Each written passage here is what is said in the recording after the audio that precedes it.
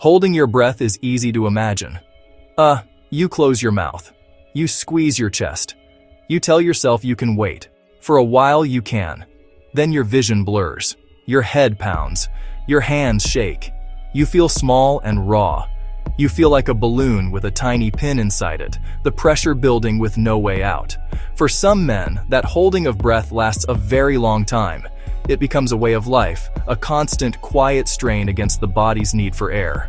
For some men, it lasts 55 years. This is a story about that kind of pressure, that long, slow wait in the deep. Imagine a sky full of dark storm clouds. The wind pushes them one way, the waves push another. You stand on a rough sea. The coast is jagged. Rocks jut out like broken teeth, ancient and unforgiving. You pace the shore, feeling the cold spray on your face. You watch other ships sail by, their lights bright and clear against the horizon. They seem to move with such ease. You keep breathing small breaths, shallow and controlled. At 16, you learn a hard rule. Be a man. It is not a suggestion. It is a command. Delivered in locker rooms on football fields in the silence of your father's gaze. Be quiet. Be strong. Don't show the soft parts of your heart. Don't talk about who you truly are, especially not about who you love. In the barracks, in the mess hall, at roll call, you learn how to fit into the mold provided for you. The rigid discipline of the army helps you. The uniform becomes a second skin, a suit of armor that hides the boy inside who feels everything too deeply. It gives you a way to stand away, to walk away, to be. The mold keeps you steady and gives you rules to follow when your own heart feels like chaos. You wear the uniform with pride. You stand straight and tall. You salute the flag with a crisp, practiced motion. You do not let anyone see the slow, warm swell in your chest when another soldier laughs in the sunlight. You practice a version of yourself that is acceptable, a man made of steel and duty. You build a thick wall, brick by painstaking brick, between the man you are and the man you show the world. This wall becomes your most important post, guarded day and night.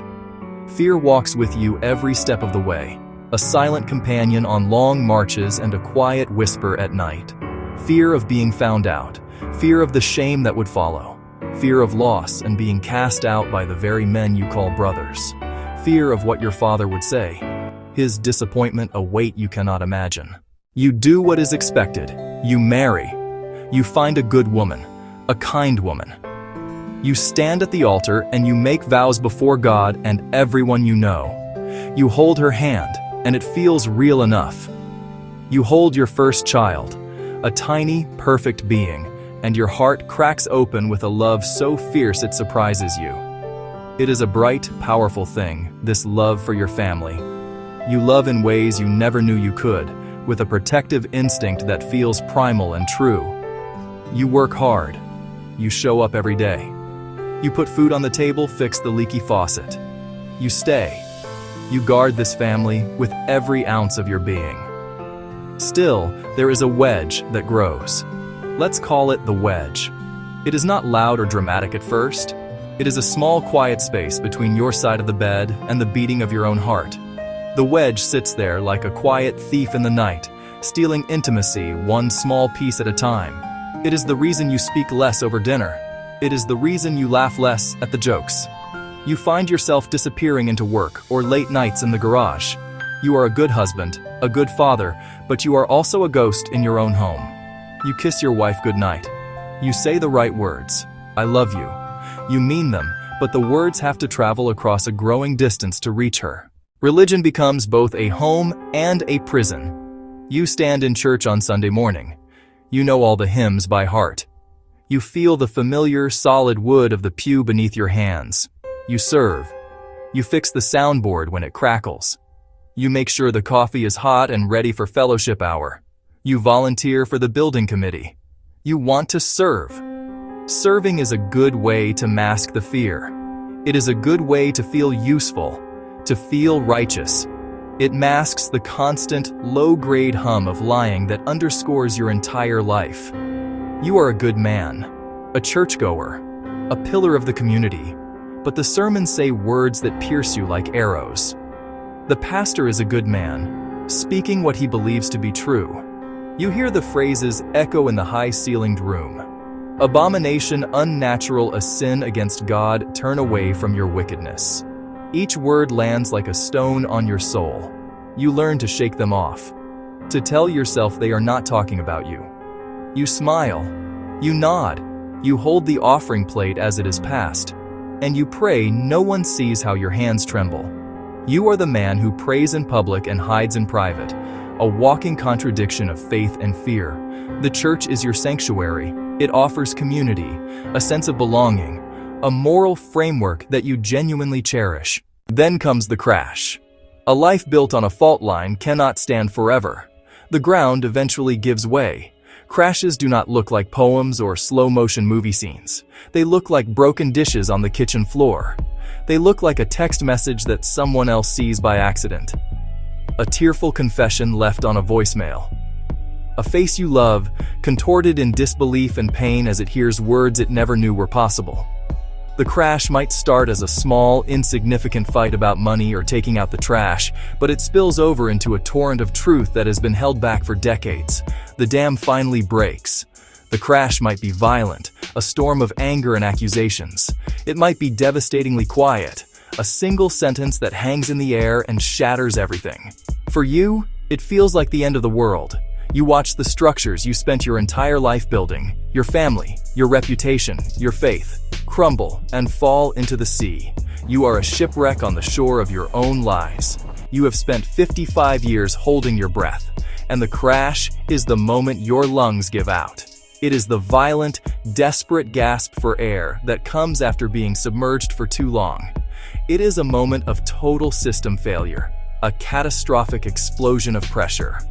The walls you built so carefully come down in an instant, leaving you exposed and raw. And you are still there. You are still breathing. Think of a ship that is run aground on the rocks in a storm. It seems finished, broken beyond repair. The captain is ashamed, lost, and alone on the shore.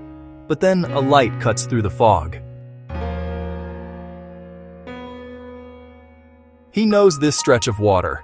His name is Dave Stanley, but it could be any name. He is a man who has walked this same coastline in his own storms. He has seen this kind of shipwreck before. He has lived through his own.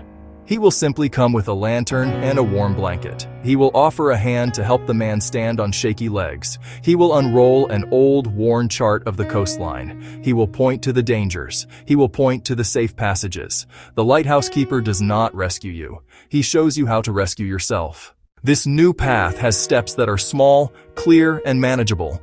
It is not a leap of faith into the unknown. It is a careful walk on solid ground. The first step is to find one person you can trust, not a crowd, just one. A man like Dave Stanley who listens without a hammer in his hand. You start by talking a little. You tell one small part of your story, one truth you have held in the dark for years. You see how it feels to let it exist in the light, between you and one other person. Next, you get practical help. Get honest money help from a financial advisor to understand the new landscape. Get legal help if you need it, to navigate separation or divorce with integrity and fairness. Get family counseling, but to create a space where truth and pain can be spoken with care. If you are a man who has loved and hidden for years, know this. The love you gave to your family was real. The service you gave to your country was real. The work you did was real. The hiding was a response to fear. The rigid rules you were taught as a boy. The rigid rules you were taught as a soldier. You are not a monster for following the rules that were placed upon you in a different time. You did the best you could with the tools you had. You are still a man who can be brave. You still have time to set a new, truer course for the years you have left. You do not have to hit every rock on the way to shore. You do not have to break your life completely apart before you seek help. There is a shorter path, a more careful route that can minimize the damage. Let a light show you the way. Let a guide who knows the waters help you read the chart. One breath, and then another. Well, just start with that.